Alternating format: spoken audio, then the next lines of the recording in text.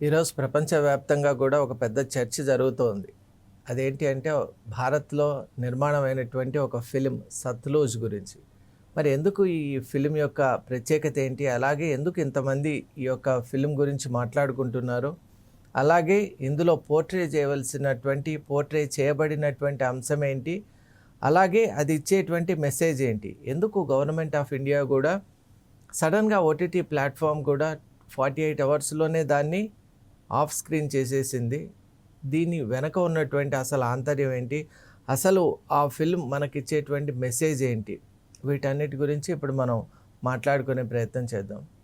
Generally ఈ మధ్యకాలంలో మనం చూసినట్టయితే సొసైటీకి సంబంధించిన అనేక ఇష్యూస్ ఉంటాయి. అలాగే అనేక రకాలైనటువంటి సినేరియోస్ ఉంటాయి.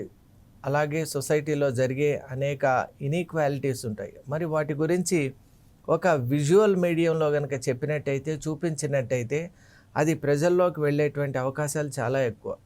అందువల్లనే ఈరోజు మనం చూస్తున్నాం విజువల్ మీడియాకు ఉన్నటువంటి ప్రాధాన్యత రోజురోజుకు పెరుగుతోంది. దాంట్లో ప్రధానమైనటువంటి భూమిక ఫిల్మ్ అండ్ సినిమాగా మనం తీసుకోవచ్చు. ఎందువల్ల అంటే అక్కడ రియల్ టైమ్ ఒక రియల్ ఒక we are made to relive into those conditions.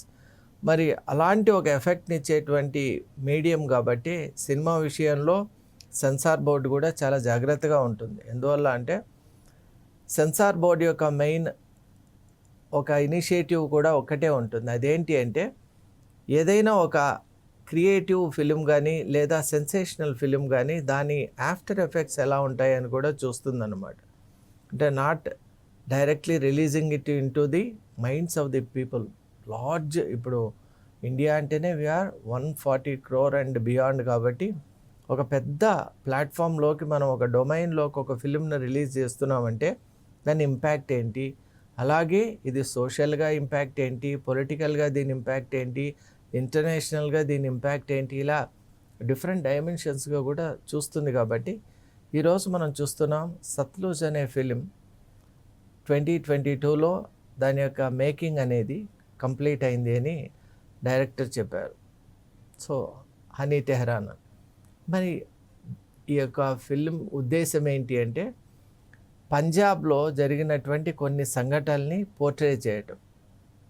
Diljit Dosanjh ఆయన ఒక కథానాయకుడిగా ఈ ఫిలింలో ఉన్నారు. అంటే దీనికి ముందు కూడా ఆయన ఒక ప్రముఖ గాయకుడు, అలాగే సోషల్ యాక్టివిస్ట్, అలాగే he is into different ways to activate the people of Punjab. మరి ఈ నేపథ్యంలో దిల్జిత్ దోసంజ్ ప్రధాన కథానాయకుడిగా ఉన్నటువంటి ఈ ఫిలిం గురించి ఈరోజు పంజాబ్లో అందరూ మాట్లాడుకోవడానికి కారణం ఏంటంటే వాళ్ళ ప్రాంతానికి సంబంధించి పంజాబ్కు సంబంధించి జరిగినటువంటి ఒక హిస్టారికల్ అండ్ అన్ఫర్గెటబుల్ కొన్ని మూమెంట్స్ను ఆ ఫిలిం ద్వారా చెప్పారు. ముఖ్యంగా జస్వంత్ సింగ్ ఖల్రా గురించి ఈ ఫిలిం మాట్లాడుతోంది. ఒక రకంగా చెప్పాలి అంటే ఆయన బయోగ్రఫీగా కూడా మనం తీసుకోవచ్చు. జనరల్లీ ఈ మధ్యకాలంలో మనం చూస్తున్నాం బయోగ్రఫీస్ కూడా ఫిలిమ్స్గా తీయటం. ఇప్పుడు రిచర్డ్ అటన్బరీ చేసినటువంటి మహాత్మా గాంధీ బయోగ్రఫీ కూడా ఆ రోజుల్లో చాలా అది ఒక రకంగా సెన్సేషన్ అయింది. అలా ట్రెండ్ చాలా ఉంది. అంటే సెలబ్రిటీస్ యొక్క బయోగ్రఫీని కూడా మనం పిక్చరైజ్ చేయటం, చూపించడం, ఇది కూడా ఒక ట్రెండ్గా వెళ్తున్నటువంటి నేపథ్యంలో ప్రస్తుతం జస్వంత్ సింగ్ ఖల్రా యొక్క బయోగ్రఫీగా ఈ సినిమాను పేర్కొన్నారు. మరి మొట్టమొదట దీని పేరు మారణకాండ అని అర్థం వచ్చే రీతిలో పంజాబీలో పెట్టారు. ఆ తర్వాత ఎప్పుడైతే సెన్సార్ అనేక కట్స్ దీనిపై విధించిందో నెక్స్ట్ దీని పేరు పంజాబ్ 95 అని పెట్టారు. ఎందువల్ల అంటే ఈ సినిమా ప్రధానంగా 1991 to 95 మధ్య పంజాబ్లో జరిగినటువంటి కొన్ని అనూహ్యమైన అలాగే ఊహించరాని సంఘటనలపై పంజాబ్ ప్రాంతంలో ఏర్పడినటువంటి ఒక మాసిపోలేని ఒక గాయం గురించి, అది ఎప్పటికి కూడా మర్చిపోలేని ఒక గాయం గురించి ఈ సినిమాలో చాలా ప్రస్ఫుటంగా చెప్పే ప్రయత్నం చేశారు. జస్వంత్ సింగ్ ఖల్రా అనే అతను human rights activist, social activist. అతను ఒక బ్యాంక్లో ఉద్యోగస్తుడిగా ఉన్నటువంటి నేపథ్యంలో అప్పుడు ఆ ప్రాంతంలో జరిగినటువంటి ఆ టైం స్కేల్లో జరిగినటువంటి అనేక డిసపియరెన్సెస్, అంటే తమకు సంబంధించిన వాళ్ళు చాలామంది కూడా ఉన్నట్టే వాళ్ళు కనిపించకపోవడం, అంటే మిస్సింగ్ అని మనం అంటాం. దాని గురించి ఈయన ఇన్వెస్టిగేట్ చేయటం, ఎలా మిస్ అయ్యారు, ఎక్కడికి వెళ్తున్నారు, ఇవన్నిటి గురించి ఆయన ఒక ఇన్వెస్టిగేటివ్ ట్రెండ్లో ఆలోచన చేయటం, ఇవన్నిటి వెనక ఉన్నటువంటి కథాంశంతో కూడిన ఫిల్మ్గా ఇది ఉండటం వల్ల దీని విషయంలో సెన్సార్ బోర్డు కూడా చాలా ఆచితూచి అడుగులేసింది అని చెప్తూ ఉంటారు.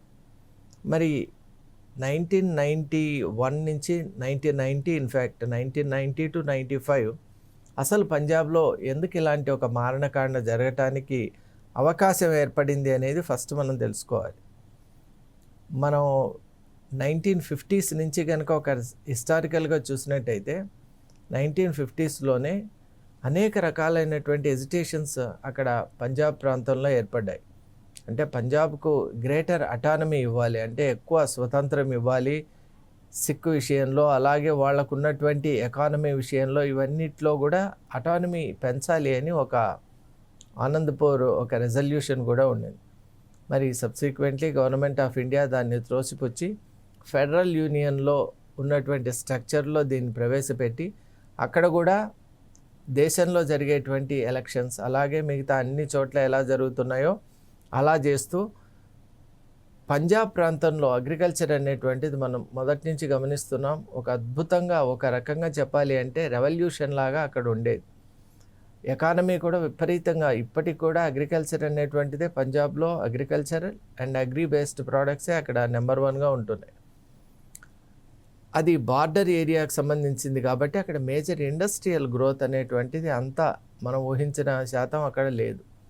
దానికి కారణం అది బార్డర్కి చాలా క్లోజ్గా ఉండటం. అయితే పంజాబీస్ ఇప్పుడు మన ఆర్మీలో కానీ ప్రతి చోట కూడా ట్రస్టెడ్గా ఉన్నారు కాబట్టి ఇది కూడా మన ప్రాంతం. అయితే కొన్ని డివిజివ్ ఎలిమెంట్స్ అనేవి ఎప్పుడు కూడా సొసైటీలో ఉంటాయి.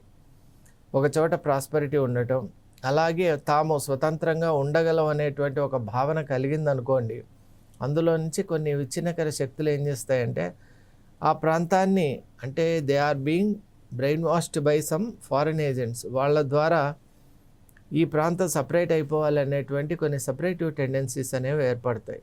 అలా ఖలిస్తాన్ అనేటువంటి ఒక ఉద్యమం గురించి మీరు అందరూ వినే ఉంటారు. కాబట్టి ఖలిస్తాన్ అంటే హిందుస్థాన్, పాకిస్తాన్, ఖలిస్తాన్ ఇలా 3 దేశాలుగా ఉండాలి అని. హిందుస్థాన్, పాకిస్తాన్, అఖండంగా ఉన్న హిందుస్థాన్ ఇప్పుడు పాకిస్తాన్, హిందుస్థాన్ అని 2 దేశాలుగా మారిపోయింది.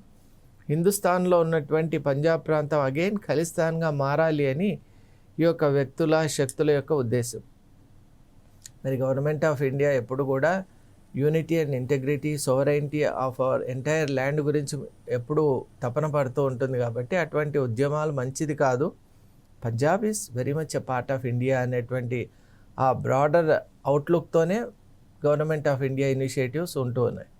మరి ఈ నేపథ్యంలో భారతదేశంలో పొలిటికల్గా ఏర్పడినటువంటి కొన్ని డెవలప్మెంట్స్, అలాగే 1984 ఆ ప్రాంతంలో భింద్రన్వాలే అనేటువంటి పేరు మనందరికీ కూడా పరిచయమే. ఆ కాలంలో భింద్రన్వాలే నేతృత్వంలో అనేక ఉద్యమాలు కూడా నడిచాయి. కాబట్టి ఆయన సిక్కులకు అత్యంత పవిత్రమైనటువంటి అమృత్సర్ గోల్డెన్ టెంపుల్లో ఆయన ఆశ్రయం ఆయనకు కలగడం, అలాగే అక్కడ కొన్ని ఇంటెలిజెన్స్ రిపోర్ట్స్ రావటం, అంటే అక్కడ ఆర్మ్స్ అండ్ అమ్యునిషన్ కూడా ఉంది అనేటువంటి ఒక రిపోర్ట్స్ రావటం, అలాగే భింద్రన్వాలేని లొంగిపోమని ఎన్నిసార్లు చెప్పినా కూడా ఆయన బేఖాతరు చేయటం, ఇలా చేయటం వల్ల subsequently finally government of India under the prime ministership of Indira Gandhi ఒక నిర్ణయం తీసుకున్నారు, ఆపరేషన్ బ్లూ స్టార్ అనేటువంటిది. అప్పుడు మేజర్ జనరల్ బ్రార్ అని, ఆయన కూడా పంజాబ్కి చెందినవారే, జాట్ కమ్యూనిటీకి చెందినవారే. ఆయన నేతృత్వంలో ఈ ఆపరేషన్ బ్లూ స్టార్ అనేటువంటిది జూన్ 1వ తేదీ నుండి 10వ తేదీ వరకు 1984లో నిర్వహించారు. ఒక రకంగా చెప్పాలి అంటే దీన్ని 2 కోణాలుగా చూడొచ్చు. అక్కడ ఉన్నటువంటి ఆ మిలిటెంట్ను, భింద్రన్వాలేని పట్టుకోవడానికేని గవర్నమెంట్ ఆఫ్ ఇండియా ఉద్దేశం, అలాగే అక్కడ ఉన్నటువంటి ఆర్మ్స్ అండ్ అమ్యునిషన్ను ధ్వంసం చేయటం అనేటువంటి ఉద్దేశంతో government of India operation blue స్టార్ను ప్రారంభించింది అని వీళ్ళ ప్రకారం చెప్తూ ఉంటారు. కానీ అక్కడ సిక్కుల యొక్క అతి పవిత్రమైనటువంటి ఆలయంలోకి ఇటువంటి ఇన్సర్జెన్సీ చేయటం, ఇది వాళ్ళ మనోభావాలు దెబ్బతీయటం వంటిదే అని కొన్ని గ్రూప్స్ కూడా భావించాయి. మరి ఆపరేషన్ బ్లూ స్టార్ జరిగింది, భింద్రన్వాలే వాస్ కిల్డ్ ఇన్ దట్. ఆ తర్వాత ఈ యొక్క ఆపరేషన్ బ్లూ స్టార్ యొక్క ఎఫెక్ట్ అనేటువంటిది రకరకాలుగా పంజాబ్ ప్రాంతంలో తీవ్ర రూపం దాల్చింది. ఎందువల్ల అంటే నిశ్చలంగా ఉన్నటువంటి ఒక వాటర్ బాడీలో మనం కనుక ఒక రాయి వేసామనుకోండి, అనేక తరంగాలుగా అది రిపుల్స్గా వెళ్ళిపోతూ ఉంటుంది. అలా ఈ ఆపరేషన్ బ్లూ స్టార్ ఎఫెక్ట్ అనేటువంటిది అనేక సంవత్సరాలు అలా కొనసాగింది. అందులో నేపథ్యంలో 1984 జూన్లో ఇది జరిగితే 84లోనే Indira Gandhi was assassinated by her own bodyguards. అంటే బియాన్ సింగ్ అండ్ సత్వంత్ సింగ్ అని ఆమెకున్నటువంటి క్లోజెస్ట్ అండ్ మోస్ట్ ట్రస్టెడ్ బాడీగార్డ్సే ఆమె మీద ఫైరింగ్ చేశారు. దానికి మాస్టర్ మైండ్ ఎవరు అంటే కేహార్ సింగ్ అని ఒక అతను దానికి ఈ ఎంటైర్ ఆపరేషన్కు మాస్టర్ మైండ్ చేశాడు. ఆ ప్రమాదం జరిగినప్పుడు, అసాసినేషన్ జరిగినప్పుడు Beant Singh was immediately killed by he was shot by the other bodyguards. మరి సత్వంత్ సింగ్ ఏమో later he was tried and he was convicted and he was hanged along with Kehar Singh 89లో. మరి ఇది ఒక పార్ట్ ఆఫ్ ది స్టోరీ. అయితే ఆఫ్టర్ దట్ ఏమైందంటే Delhi and surrounding, ఇప్పుడు పంజాబ్ కానివ్వండి, ఈ సరౌండింగ్ ప్లేసెస్లో ఒక యాంటీ సిక్ మూమెంట్ లాగా జరిగింది అని మనకు కొన్ని స్టాటిస్టిక్స్ కానీ ఇన్ఫర్మేషన్ కానీ ఉన్నటువంటి నేపథ్యంలో ఈ యాంటీ సిక్ ఫీలింగ్ వల్ల అక్కడ చాలా డిసపియరెన్సెస్, అలాగే మాస్ కిల్లింగ్స్, మాస్ క్రిమేషన్స్, సైలెంట్ క్రిమేషన్స్ ఇవన్నీ కూడా జరిగాయని ఒక నేపథ్యం ఉంది. మరి ఇప్పుడు ఎగ్జాక్ట్గా ఆ నేపథ్యం మీదే, ఆ నేపథ్యం జరుగుతున్నటువంటి సందర్భంలోనే అక్కడ పంజాబ్లో జస్వంత్ సింగ్ కల్రా అనేటువంటి ఒక యాక్టివిస్ట్ ఇలా మారణహోమం జరగటానికి వీల్లేదు, దీన్ని నేను ప్రభుత్వం యొక్క దృష్టికి తీసుకెళ్తాను అని పోలీసులు ఈ విధంగా వాళ్ళ యొక్క పర్సనల్ ఎండ్స్ కోసం, అలాగే వాళ్లకు పైనుంచి వాళ్ళకి ఏదో ప్రమోషన్స్ కానివ్వండి, వాళ్ళ ప్రయారిటీస్ కోసం ఇలాంటి ఒక చేస్తున్నారు. ఎందువల్ల అంటే ఇన్నోసెంట్ సివిలియన్స్ను కూడా వీళ్ళు బంధించడం, అలాగే వాళ్ళపై ఏదో ఒక నెపం మోపడం, వీళ్ళంతా క్రాస్ బార్డర్ టెర్రరిజం సంబంధించిన వ్యక్తులని ముద్ర వేయటం, చంపేయటం, ఇలాంటి దారుణాలు, టార్చర్స్, మర్డర్స్, అలాగే ఫైరింగ్ అంటే ఇన్సిసెంట్ ఫైరింగ్, ఇవన్నిటి వల్ల అక్కడ అనేక మంది చనిపోయారని కొంత డేటా ఉండటం వల్ల ఆ జస్వంత్ సింగ్ కల్రా అనే వ్యక్తి ఈ వాస్ మూవ్డ్. ఎందుకంటే ఆయనకు సమీపంలో ఉన్న ఫ్రెండ్స్ కానీ ఆయనకు పరిచయస్తులు కూడా ఇలా డిసపియర్ కావడం వల్ల ఈ మేడ్ అన్ ఇన్వెస్టిగేషన్. అప్పుడు మున్సిపల్ ఆఫీసెస్లో కొంత డేటా అతను సేకరించగలిగాడు. ఆ డేటా ప్రకారం ఏంటంటే చాలామంది గవర్నమెంట్ స్పాన్సర్డ్ కిల్లింగ్స్ లాగా ఇది తీసుకోవచ్చు అని ఆయన ఒక అభిప్రాయానికి వచ్చాడు. అంటే police force is behind this అని ఒక అభిప్రాయానికి రావటం, దాన్ని జనాల్లో ఆయన వ్యక్తం చేయటం, ఇదంతా కూడా పోలీస్ ఫోర్స్ కూడా చాలా ఈయన విధానం కానివ్వండి, ఈయన చేసేటువంటి పని కానీ వాళ్ళు పోలీస్ ఫోర్స్ కినుక వహించడం, 95లో అతను కూడా డిసపియర్ కావడం, and it came to light that he to was captured, tortured and murdered in the jail అని ఒక రిపోర్ట్ రావడం, ఇదంతా కూడా ఈ ఫిలిం చూపించడం, ఈ నేతృత్వాన్ని మనం చూస్తాం. అంటే కొంతమంది అనుకోవడం ఏంటంటే ఇది ఒక మ్యాసకర్ లాగా జరిగింది అని. మరి ఇలా జరిగినటువంటి నేపథ్యంలో ఇప్పుడు సెన్సార్ బోర్డు దీన్ని రిలీజ్ చేయకుండా దీనిలో అనేక రకాలైన సెన్సార్షిప్ విధించడం వెనక ఉన్నటువంటి ఆంతర్యం ఏంటి అంటే, ఇలా మనం డైరెక్ట్గా రిలీజ్ చేసినట్టయితే ప్రజల యొక్క మనోభావాల్ని దెబ్బతీసి అఖండత్వం వైపు వెళ్తున్నటువంటి భారత్లో విచ్ఛిన్న శక్తిని మళ్ళీ వాటిని పురిగొల్పటం, అలాగే ఏదైతే అసలు ఫారిన్ ఏజెంట్స్ ఎవరైతే, ఇంటర్నేషనల్ ఏజెంట్స్ ఎవరైతే ఇటువంటి టెండెన్సీస్ను పురిగొల్పుతున్నారో వాళ్లకు ఊతం ఇచ్చినట్టు అవుతుంది, టెర్రరిజంను మళ్ళీ పెంచి పోషించినట్టు అవుతుందనే ఉద్దేశంతో కూడా ఈ యొక్క సెన్సార్ బోర్డ్ దీనిపై కోత విధించినట్టు కూడా చెప్పిన నేపథ్యంలో డైరెక్టర్ వాస్ వెరీ పర్టికులర్. ఇలాంటి కట్స్తో, మల్టిపుల్ కట్స్తో, నియర్లీ 148 కట్స్తో ఉన్నటువంటి ఈ మూవీని I cannot show it before people, ఎందుకంటే దాని ఎఫెక్ట్ ఉండదు, it will not give the right message. కాబట్టి definitely I will take it to the other medium OTT where uncut movie was presented. ఇప్పుడు జీ మీడియంలో రిలీజ్ చేసినటువంటి ఓటీటీ ప్లాట్ఫామ్ చేసిన movie ఇండియాలో కూడా 48 అవర్స్ రన్ కావటం, తర్వాత ఇట్ వాజ్ సడన్లీ డిసపియర్డ్. అయితే ఇంకా గ్లోబల్ దీంట్లో స్ట్రీమింగ్ అనేది ఇంకా కూడా జరుగుతున్నటువంటి నేపథ్యంలో దీనివల్ల జరగబోయేటువంటి రాబోయే పరిణామాలను దృష్టిలో పెట్టుకొని ఇలాంటి ఒక చర్య తీసుకొని ఉండొచ్చు అని కూడా పలువురు భావిస్తూ ఉన్నారు. ఏదేమైనా సరే, ఒక ఇన్సిడెంట్ జరిగింది, ఒక రకమైనటువంటి ఇది జరిగింది కాబట్టి ప్రజలకు జవాబుదారీగా ఉండటం, ఇప్పుడు ప్రభుత్వాలు ఏ ప్రభుత్వాలైనా కూడా ప్రజలను కాపాడవలసినటువంటి బాధ్యత ప్రభుత్వాలదే.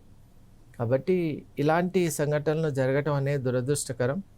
మరి ప్రభుత్వాలు జాగ్రత్తగా ప్రజల్ని కాపాడవలసినటువంటి పనిలోనే ఎప్పుడు ఉండాలి. మరి ఈ పర్టికులర్ ఫిలిం విషయంలో కనుక చూసినట్టయితే it's a kind of precaution అనే అనిపిస్తుంది. ఎందువల్ల అంటే మ్యాస్ రిలీజ్ చేయటం వల్ల ఇప్పుడు ఉన్నటువంటి ఒక హార్మోనీ అనేది డెఫినెట్లీ డిస్టర్బ్ అవుతుంది అనేటువంటి ఒక ఉద్దేశంతోనే ఇలాంటి ఒక నిర్ణయం తీసుకొని ఉండొచ్చు అని కూడా నేను భావిస్తున్నాను. ఏది ఏమైనా నిజం అనేటువంటిది ఎప్పుడు కూడా అది నిజంగా నిలబడిపోతుంది. ప్రజల్ని కాపాడవలసిన ప్రభుత్వాలు కనుక ప్రజల్ని కాపాడే బాధ్యతతోనే కనుక ఉన్నట్టయితే డెఫినెట్గా ఆ ప్రజలు, ఆ సమూహం అనేటువంటిది హ్యాపీగా, ప్రాస్పరస్గా, డెవలప్డ్గా ఉంటారనేదే నా ఉద్దేశం. Thank you.